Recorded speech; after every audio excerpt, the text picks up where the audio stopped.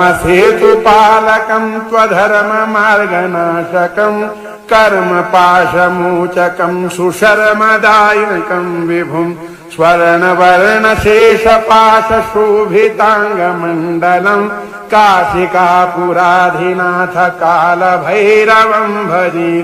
काशिकापुराधिनाथ कालभैरवं भजे। रत्नपादुका प्रभाभिरामपादयुग्मकं नित्यमद्वितीयमिष्टदैवतं निरञ्जनं मृत्युदर्पणाशनं करालदंष्टमोक्षणं काशिकापुराधिनाथ कालभैरवं भजे।